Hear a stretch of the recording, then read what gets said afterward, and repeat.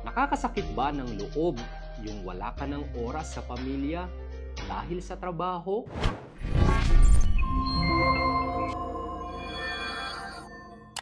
Madaming breadwinners at moms gustong magbigay pero kapalit ay time with kids. Financial freedom is not just about the money. It's also time.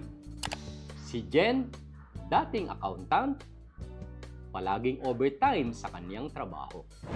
Ngayon, for about 7 years, ay full-time na sa real estate. Nakakapag-bonding na araw-araw with her family dahil sa real estate career. Kung gusto mo rin ng maraming family time, subukan mong maging real estate agent. Message me now to start your freedom lifestyle with RRCT Realty. Ang RRCT Realty ay kapartner mo sa pag-abot ng iyong mga pangarap. Sino ang tatawagin?